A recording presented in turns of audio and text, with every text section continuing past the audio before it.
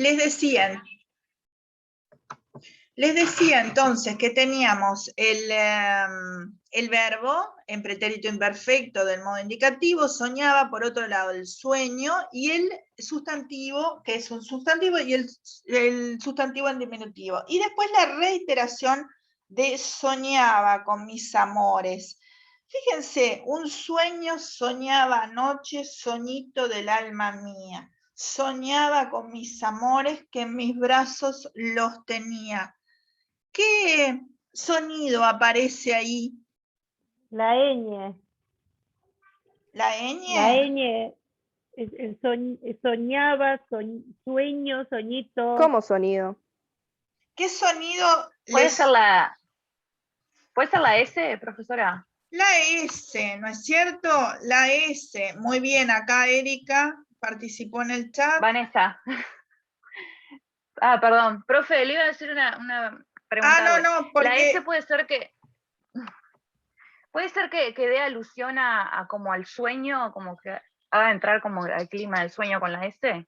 Ahí está, perfecto. Porque ¿qué idea da allí al reiterar? Da como un clima de ensueño, no lo sé, algo así me parece.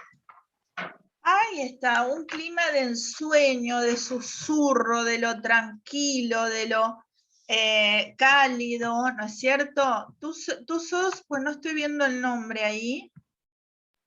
Vanessa Silva. Vanessa Silva, bien. Sí, exacto. Y Lourdes Pérez está interviniendo. Tú dijiste plural, ¿qué querés decir con eso de plural? Sí, no, lo que pasa es que a mí también me llamó la atención que en vez de decir mi amor, dijera mis amores, pero tenía que ver con eso nomás, no con lo de las heces. Sí, vamos, enseguida voy a eso, pero déjame terminar, por favor, esta idea. Es la aliteración, ¿tá? Justamente esa reiteración de la S genera un clima de susurro, de tranquilidad, de lo que es el ámbito nocturno, ¿sí? La aliteración justamente del sonido consonante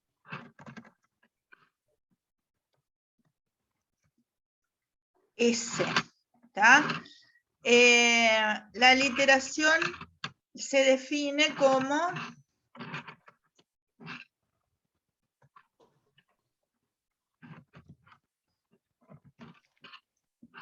es un recurso de repetición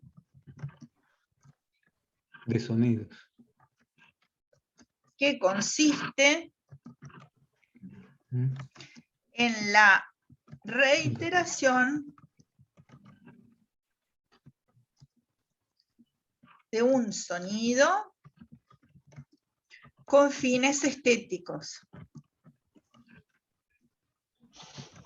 Es decir, con fines de dar belleza, o a veces en otros contextos puede querer producir algo irritante, o depende del contexto y la letra que se quiera resaltar. En este caso, la S genera la sensación justamente de lo suave, el sueño, lo agradable, ¿tá? Un sueño que está soñando con la amada, ¿no? En otros contextos, si se repite, por ejemplo, una I, puede ser algo desagradable, chirriante, lo que sea, ¿no es cierto? Es decir, que depende del contexto, es decir, no quiere decir que siempre que se repite una S tenga el mismo efecto, ¿entienden la idea? Es decir, depende del contexto el sentido de la aliteración. En este caso se querría acentuar el clima de sueño, de lo íntimo, de lo que puede ser un sueño además amoroso, ¿no es cierto? ¿Por qué dice, ahí decía la compañera, por qué habla del plural, mis amores, y no dice con mi amor? ¿Qué les parece a ustedes? Porque la muerte en realidad es como un símbolo de superioridad, pero no es una persona fija. Capaz que el amor terrenal también está incluido en esa pluralidad, porque también obviamente tiene su vida terrenal y la muerte es superior a la vida terrenal. Por eso lo interpreto así. Vos sabés que no sé por qué no veo quién está hablando. Que Ivana, siempre... ¿Eh? Ivana Olivera. Ivana Olivera, está, perfecto, para irlos anotando. Está correcta la participación, Ivana. Sí, en parte sí, y en parte por el hecho de, en general, vieron que se dice, ya hay como una tendencia al plural desde, una tendencia desde siempre. Por ejemplo, ahora no se habla mucho, pero antes se Buenos decía días. el mar de amores, ¿no? No se decía mal de amor, tiene mal de amores, ¿no es cierto? Es decir, el empleo del plural está ligado a un uso social popular, tiene mal de amores, soñando con mis amores. No implica que él tuviera más de uno, no, sino es una forma del uso que en este caso, además, para lo que es el conteo de las sílabas, no es lo mismo decir amor que amores, ¿no es cierto? Pero más allá de eso, es del uso popular social, epocal, el hecho de hablar de amores. ¿Sí? Si dijera amor, no coincidiría con la métrica tampoco, porque Eso es lo son que les decía, que no amores. coincidiría en ese caso con lo, con la métrica empleada. Muy bien, entonces sería ese el sentido. Que en mis brazos los tenía. Fíjense que ahí tenemos toda la sensación de lo íntimo, el sueño, lo onírico. Lo onírico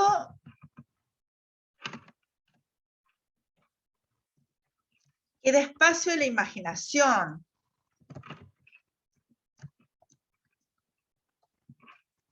Porque, ¿qué pasa en los sueños? En el terreno de los sueños, y por eso es que después él tiene esa inquietud. ¿Qué pasa en los sueños?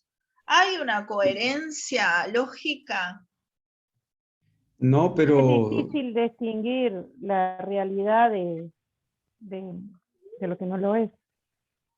Ahí están. Hay una indefinición cuando nosotros estamos en el sueño entre lo que podría ser, entre comillas, realidad y lo que, y además no lo cuestionamos. Estamos ajenos a la variable tiempo, ¿no es cierto? Vieron que pasa una cosa, después pasa la otra, y no hay un asidero, no hay un orden causal, no hay un orden de relación. Entonces eso es lo que provoca que él después tenga esa confusión entre la amada y la, la muerte. señora de sus amores, ¿no? La señora de sus amores y la muerte, ¿no es cierto? Sí, también desde el psicoanálisis, en los sueños se da libertad a todos los deseos. Sí, sí. O por el contrario, a los miedos más profundos. O sea, Ahí, hay de todo. ahí está. ¿Quién habló recién? ¿Ivana de vuelta? Sí. Bien. Es decir, ¿cómo entonces en este caso lo más querido para él, que era la amada, está entonces presente en su sueño, ¿no? Lo más querido, que es su amada,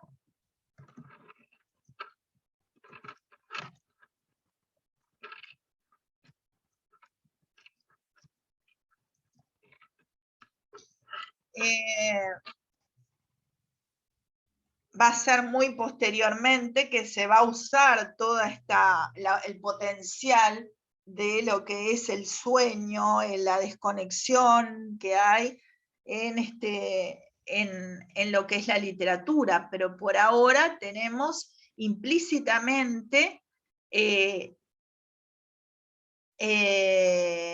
tenemos esa idea, ¿no? De lo que es más deseado, más querido, el sueño con su amada. Y la tenía en sus brazos, ¿no es cierto?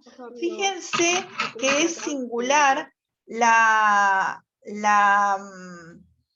no solo la repetición de ese verbo y los sustantivos en diminutivo y el sueño, sino además la reiteración de el alma mía, de mis amores, que en mis brazos los tenía. Es decir, la reiteración justamente de los posesivos de primera persona del singular.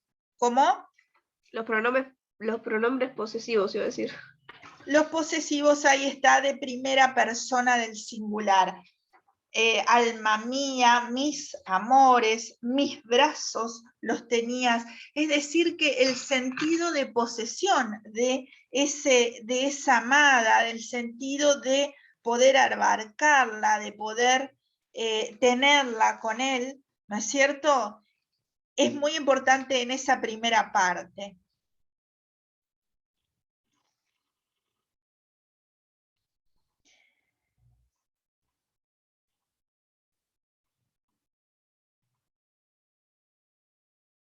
Mis amores, entonces,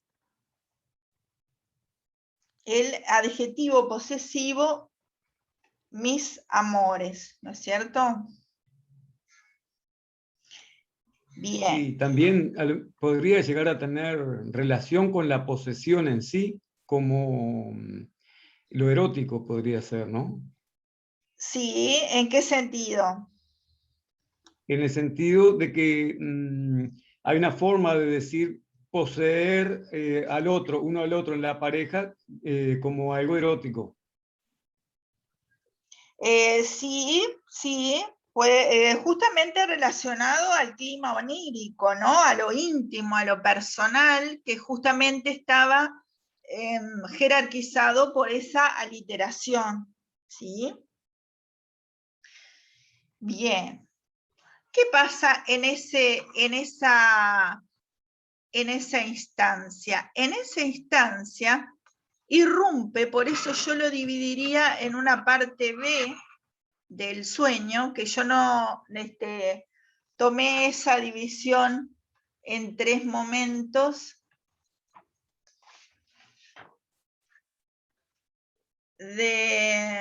justamente de Ibero Rodríguez, por eso quiso hacer referencia a esas tres momentos, pero creo que se podría dividir la parte del sueño en 2, ¿no es cierto? Por una parte, esa primera parte de lo que es esa intimidad, y luego lo que sería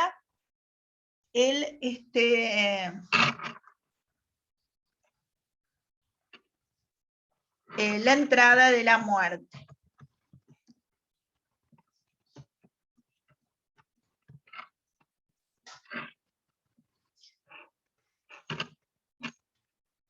La entrada de la muerte está marcada.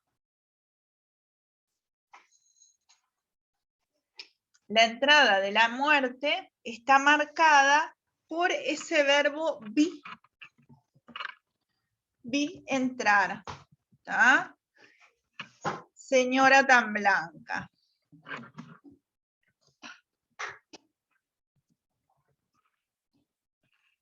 ¿Ah? Acá tenemos vi entrar. Fíjense que es una perífrasis verbal.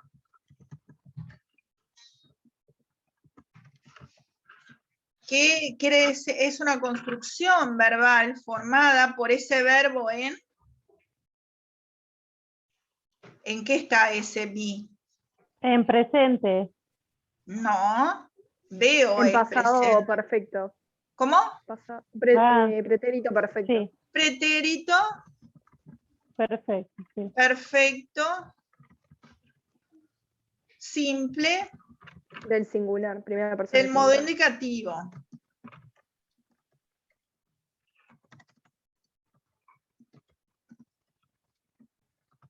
Acá antes vamos a apuntar primera persona gramatical, pretérito perfecto simple del modo indicativo. Más, ¿qué cosa? ¿Cómo es entrar? Entrar sí están presentes. No. ¿Cómo no? Infinitivo. Ah, porque está sin Infinitivo. conjugar. Ahí está, es el verbo no conjugada, es la forma no conjugada o no personal de el verbo en infinitivo, justamente, ¿no? Más la forma no personal, verbo en infinitivo. Fíjense que entonces ese be marca con ese pretérito perfecto simple la instancia que ya no es como ese soñaba, que marca una extensión en el pasado, sino que es un momento, marca un momento en el pasado, el pretérito perfecto simple, ¿sí? Es be, entonces es un momento en el pasado, el pretérito, ¿no?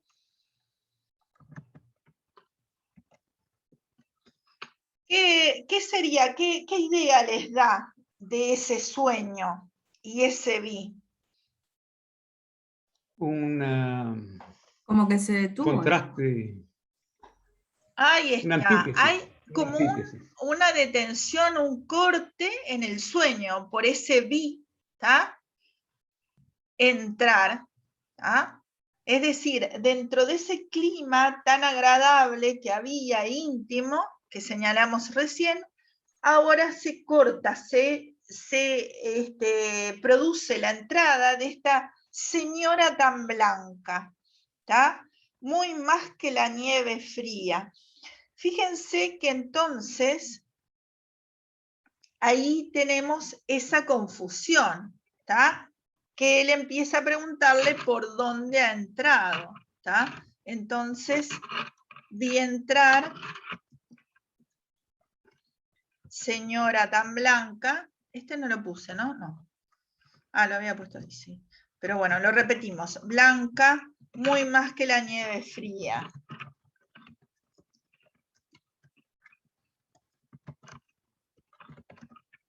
¿Qué es esto de muy más que la nieve fría?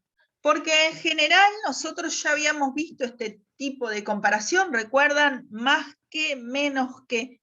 Pero acá se le agrega esa palabra que en general no es muy usada, que implica un refuerzo, que es, en este caso, muy. ¿Qué quiere decir esa palabra? Que es mucho más. Ahí está, ¿no? Es Sería decir, un pleonasmo. sí, sí, es decir, está justamente, muy significa mucho, ¿no es cierto? Y seguido de más y precediendo a un nombre, funciona como adjetivo, ¿no es cierto? Como adverbio, se apocopa mucho y queda muy, ¿está?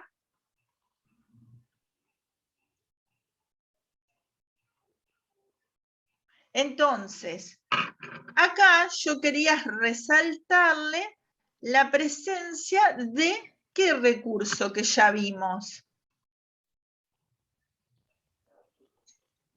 Metáfora. El pleonasmo.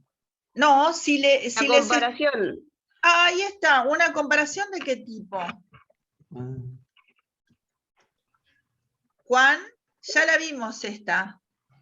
Cuantitativa. Cuantitativa de superioridad. sí, sí. Comparación cuantitativa. Que no te entendí, Guillermo, también hay un pleonasmo porque es una reiteración innecesaria, ¿no? Pero predomina el hecho de que sea, en este caso, una comparación cuantitativa de superioridad. ¿Qué quiere decir esto? Que es blanca y muy más que la nieve fría.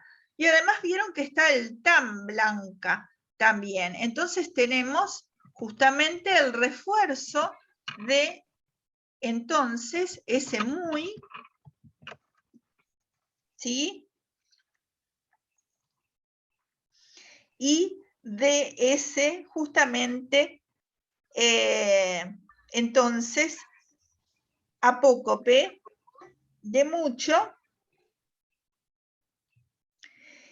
y que les decía que justamente refuerza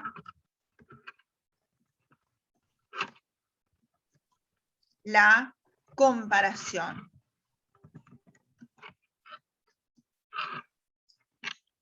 Creando, ¿ahí alguien hizo una rayita? Profe, creo que fui yo, no sé qué apreté. Está. Esto me disparó. Si No sé podés cómo borrarla, sacarlo. borrarla. Alguien que me ayude. No importa, no importa. No hagas otra y ya está igual, no importa. No sabía que apreté un lápiz. No.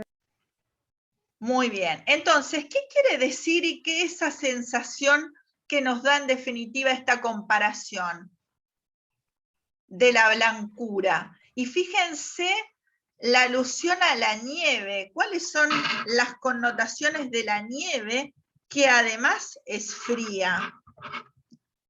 Blanca y fría. Sería como algo espectral, en Ahí sentido de está. que difuso. Denota blancura, ya la nieve denota, es decir, indica blancura y frialdad. ¿Tá? Es algo intrínseco a la nieve. Y además el adjetivo fría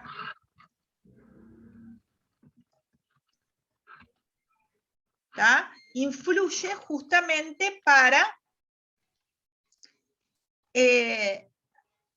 incrementar esa sensación de frialdad y de justamente de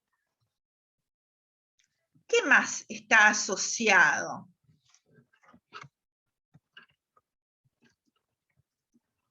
Profesora, los muertos, los cadáveres son fríos y son blancos. Ahí Y en la está. ¿Y por qué él entonces la confunde con la amada? ¿Qué les parece?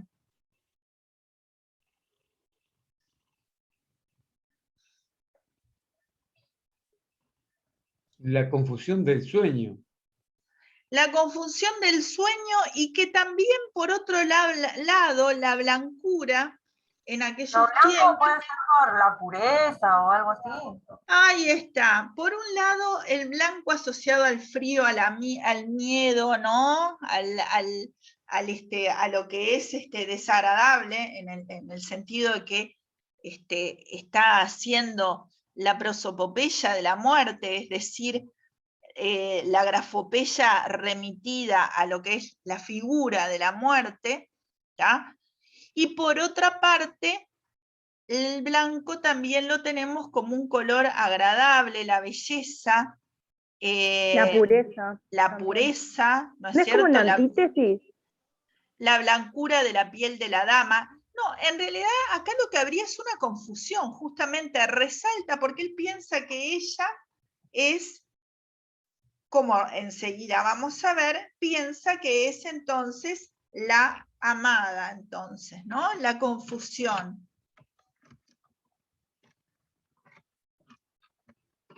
¿Tá? Por el hecho de la blancura. ¿Tá?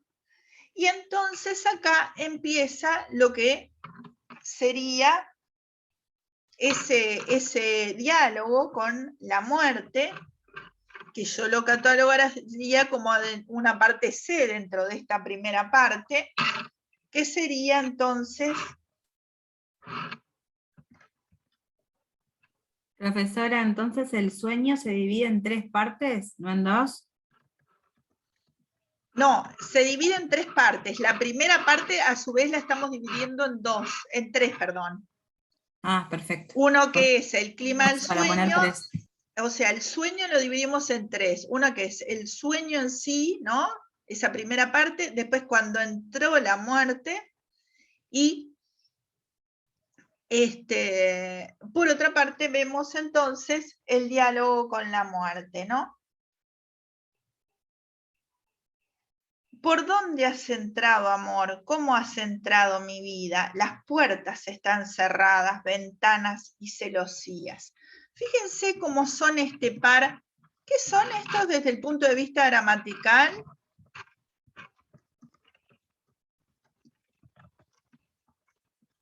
Sustantivos. No, estas construcciones. ¿Por dónde has entrado? ¿Cómo has entrado? Ah, preguntas. Ahí está. Interrogación. Entonces, ¿cómo las llamamos? Expresiones interrogativas. No, enunciados interrogativos, ¿no? Son enunciados interrogativos, ¿está? ¿Y cómo son estos enunciados interrogativos? En secuencia, uno tras otro. Sí, ¿y qué significan? ¿Por dónde has entrado, amor? ¿Cómo has entrado mi vida? Los dos apuntan a qué? A A lo saber. mismo. ¿A cómo entró? Ahí está, a cómo entró. Entonces son dos enunciados interrogativos que se refieren a lo mismo, la forma, ¿tá?, de entrar, por dónde, cómo, y después vemos que se refuerza porque dice las puertas están cerradas, ventanas y celosías. Es en definitiva, hay un paralelismo entre este par de enunciados interrogativos, ¿tá? Paralelismo, que ¿cómo se define? ¿Y por qué se usa? La similitud actúa como una anáfora, es para reforzar una idea. Paralelismo es la similitud entre ambas, entre preguntas en este caso, distintas, que quieren justamente reivindicar la intención de la pregunta.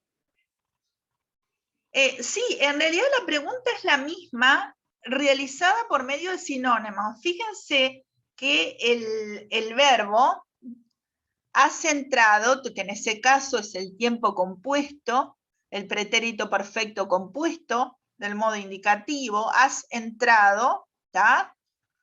Segunda persona del singular, has entrado tú. Fíjense que son perfectamente sinonímicas. Por dónde has entrado y cómo has entrado, por dónde y cómo son sinónimos, y amor y mi vida se refieren los dos a quién.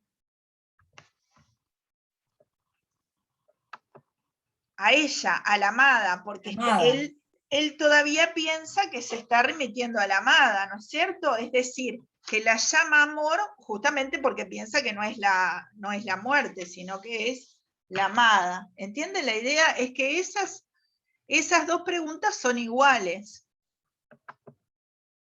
En definitiva, ¿cómo lo decimos en una forma más elegante? El paralelismo consiste en el ordenamiento de las ideas en cláusulas dispuestas con cierta simetría y con determinado ritmo. Se basa en la repetición de determinadas estructuras sintácticas, como lo vemos acá, ¿no? Es decir, que una sería sustituible por la otra. Y semánticas, es decir, de significado, que en ocasiones pueden ser redundantes, pero dotan al texto de una mayor motivación poética, acentuando el ritmo o ciertas connotaciones. En este caso, el paralelismo es sinonímico, es decir, se repite la idea inicial en dos versos consecutivos para fijar el concepto por la repetición y a la vez lo aclara, ¿sí?, y lo completa. ¿Ah? Entonces, Vamos a escribir la idea general. Entonces, consiste en el ordenamiento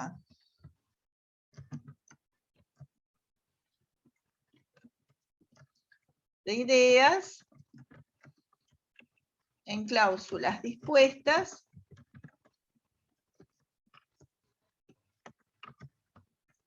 con cierta simetría y determinado ritmo.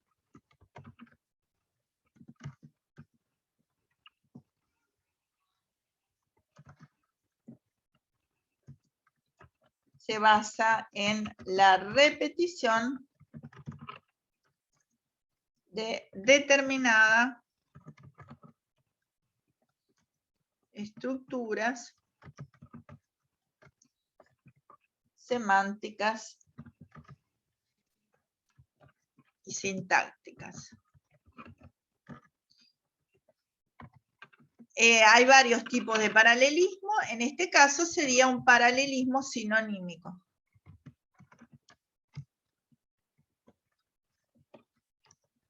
Y la idea, como decían por ahí, es el refuerzo de la idea. ¿Y qué idea está reforzado acá? O sea, ¿por qué las preguntas estas? ¿Qué les parece? Que está como en un estado de confusión, no sabe quién es, se siente como extrañado. Ahí está. ¿Quién habla ahí? Sofía Molina. Bien. ¿Y por qué te parece eso, Sofía? Es decir, ¿por qué está extrañado? Capaz que siente una presencia diferente a la que sería su enamorada. Como que siente algo diferente. Ahí Al está. revés. Bien. Y el hecho está además que hay entonces acá una remisión a qué. Porque si él estaba soñando, aquí está remitiendo a lo real. Por una parte tenemos el mundo de ensueño, donde todo es posible, y por otra parte está refiriéndose a la realidad, ¿no? A la realidad tangible. Está como entre despierto y durmiendo, las dos cosas, como orbitando. Ahí está, porque hay una aseveración relacionada a la realidad. Las puertas están cerradas, ventanas y celosías, es decir, ahí hay una enumeración de todo lo que corrobora que está en la realidad cerrado. Ahí parece haber entonces una referencia a la realidad, ¿no? Enumeración de todo lo que está cerrado.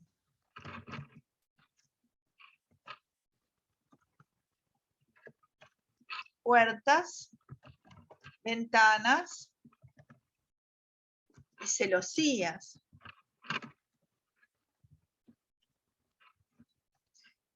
Es decir, ¿qué es lo que pasa acá?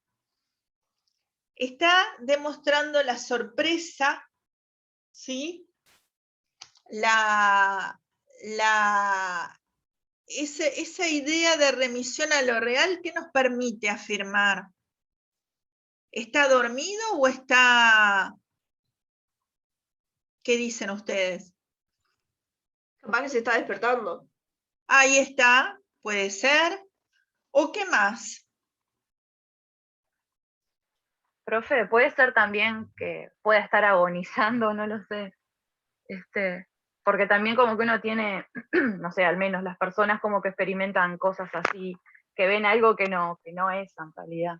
Ahí No sé, está. tiro cualquiera capaz. ¿Quién es ahí que habla? Vanessa. Vanessa Silva. Sí, Sí, exacto. vieron que hay quienes dicen que es todo un sueño, es decir, que en realidad el romance remitiría todo al sueño, es decir, queda esa idea de lo no definido, ¿tá? Relacionada a la idea del romance. Que no se puede aseverar 100% si él estaba realmente dormido o si estaba despierto, o es todo un sueño. Y enseguida vienen las palabras de la muerte ahí? Porque se lo aclara, ¿no? No soy el amor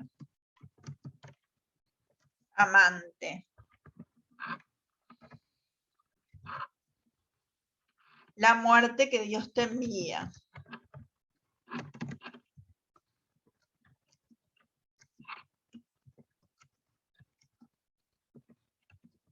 ¿Vieron entonces que ahí la muerte, el propio texto, lo transcribí con mayúscula y el propio texto lo dice con mayúscula? Sí, me dicen del chat que está por terminar la hora. Sí, es cierto, terminamos esta idea y ya, por supuesto, no nos unimos porque ya ya tuvimos 3 horas. La muerte que Dios te envía. Entonces, ¿qué es eso de la muerte? ¿Qué hay allí en torno a la muerte? Como una personificación, no sé. Ahí Como una... está. Hay una personificación de la muerte. ¿Por qué personificación? Porque está con mayúscula, como con nombre propio. Ahí está. ¿Y qué más? Y porque habla y tiene características de un personaje. Ahí está. Es decir, primero está la figura, es decir, su prosopopeya, y luego ahora está lo que es el hablar, que nos permite evaluarlo como personificación de la muerte, ¿no es cierto? Es decir, es un personaje y no la muerte como algo abstracto, sino que cobra ciertamente en el texto la capacidad de responder.